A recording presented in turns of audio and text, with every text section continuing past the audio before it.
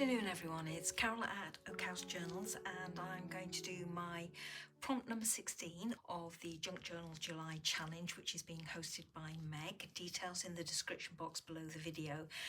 As you saw on the opening credits, the prompt is maximalism, and I thought that I would work with this paper here.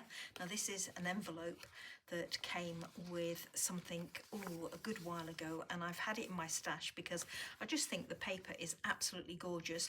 I'm not sure whether I've got enough to actually cover the whole of this page, because that's what I want to do.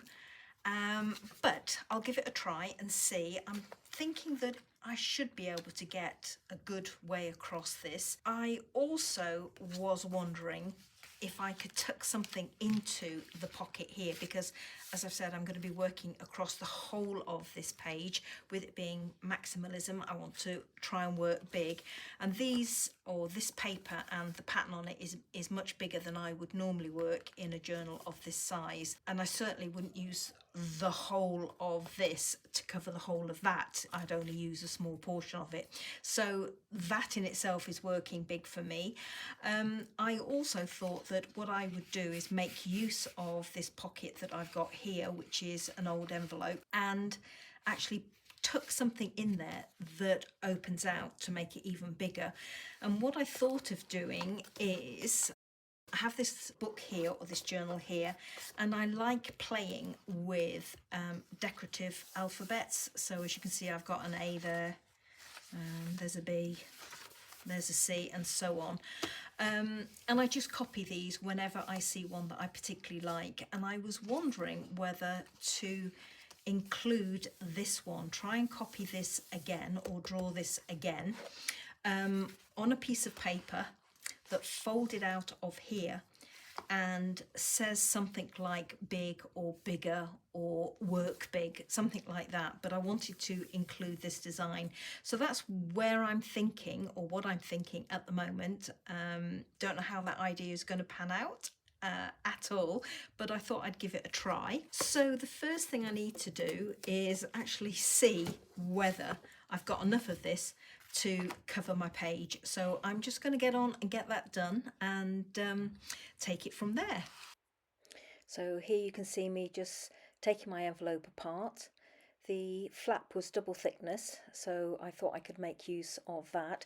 It was very well stuck down this, so I did have a little bit of a trial trying to get it open, but I realised once I did open it up that the excess in the height was enough to give me a couple of strips down the left hand side. Here you can see I'm just tearing it so that I can glue it onto the right hand side and over the fold, and then just slightly inside the envelope opening. And here's one strip going on top of the envelope, and then these are the little extra pieces that I had enough of to be able to do a little bit of patching on that left hand side. And I also had some tiny scraps to cover over the white where I ripped the envelope apart, which was on the right hand side. So here I've got just some plain tissue paper, and I'm covering my right hand side of the page with Ranger Multimatte Medium and just gluing my tissue paper down. I just wanted it to soften the look that I had on the page, because that paper bag was quite bold, and it was a bit too bold for me, I'm afraid. So that softened it down nicely, and here I'm just going in, and as you can see, I'm tearing away the excess on my page whilst it's still wet, and it just comes away beautifully. It really does. Here I've got an A4 sheet of avocado dyed copier paper, and I'm just roughly tearing it so that it is the right size to fit in that pocket. And using my ruler, I'm just creating some folds. And here I'm just tucking it into the pocket, leaving a little flap. This was a piece of handmade paper. I made this paper actually, so it's quite thick, and I used the die cuts. It's one of the Holtz die cuts, and because the paper was so thick, it didn't cut all the way through, so I'm poking out the bits, And here I'm just popping it on the top of the envelope. Wanted that little flap on the right hand side from the piece of paper I've just folded to tuck underneath it.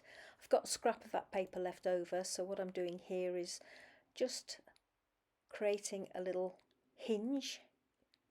So I'm just folding enough over so that I've got a bit to glue on the front of the die cut.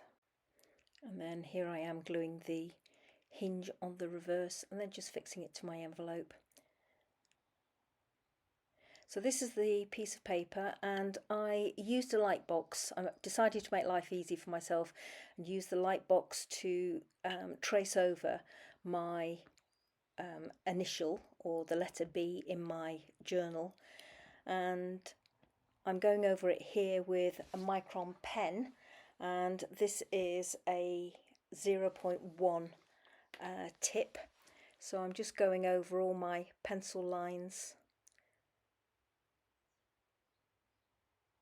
just having fun drawing out the design. Sorry, my head's peeping into the shot there, but I have to get fairly close to these when I'm doing them. So just enjoying myself, drawing around the lines. It's very therapeutic. It did take a while, but it's still fun to do. But using the light box was considerably quicker than trying to draw out two of these on that piece of paper from scratch. And given that I wanted to draw two of the bees, it was going to take me forever, and I didn't have the luxury of that amount of time. As it was, it still took me a fair chunk of time just to draw them both out using the light box in pencil and then going over them in the black marker pen, the micron marker pen. So here I've got a black Derwent watercolour pencil, and I'm just shading the letters where I want them to be shaded.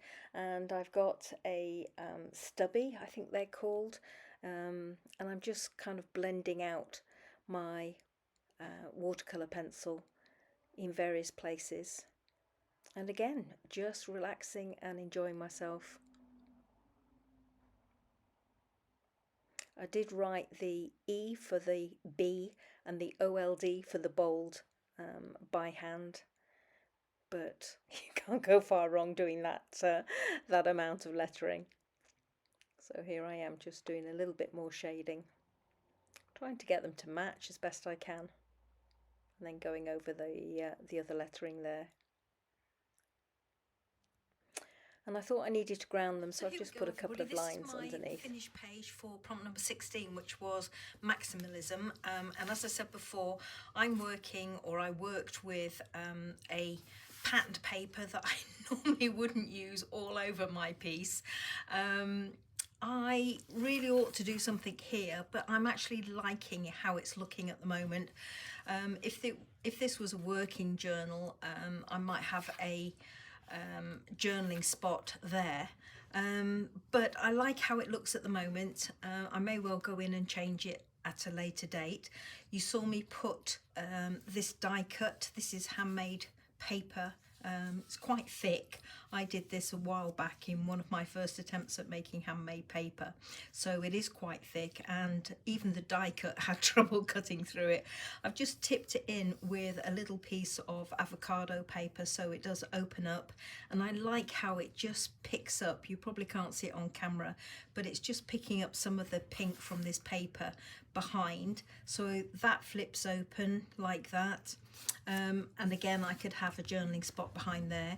I've got this pocket here, and all I've done is tuck in my writing into that pocket, and as you saw, it just says be bold. And I had a great deal of fun doing these. I really enjoyed it. I did originally think that what I would like to do is have it so that that was actually glued into the pocket and then would pull out with this flap glued down so that it would come out, but it wouldn't work very well, or it wasn't working very well when I tried it, so I've left it where it is. If I had thought about it a little bit more before I actually started doing my page. I think what I might have done is actually have had this so that it folded, so that we had this B showing and then the OLD, so it just said, so that the first glimpse you got was just bold like that, and then it pulled out to be bold. But I didn't think about how that folded. What I could do is just glue this flap to the top of the envelope and have this folding up like this, and then actually folding underneath this flap here. Let's fold that over, have it folding underneath that flap there. But I'm actually quite liking where it is, because I think this seeing the avocado through the die cut spoils it. So for the time being, I'm quite happy with this just being tucked in the pocket. I may well go in and do something further on here, or even under that flap at another juncture. But for now, I'm just going to leave this as it is, tucked into my little pocket there. And I'm going to use one of the lovely Tim Holtz paper clips just to anchor it in there and leave it like that. So thank you so much, as always, everybody, for watching. Hope you enjoyed this, and I hope you look forward to joining me with the next prompt, which is prompt number 17, and it's pause, if I remember rightly. And until then, happy crafting, keep smiling, and bye for now. Bye.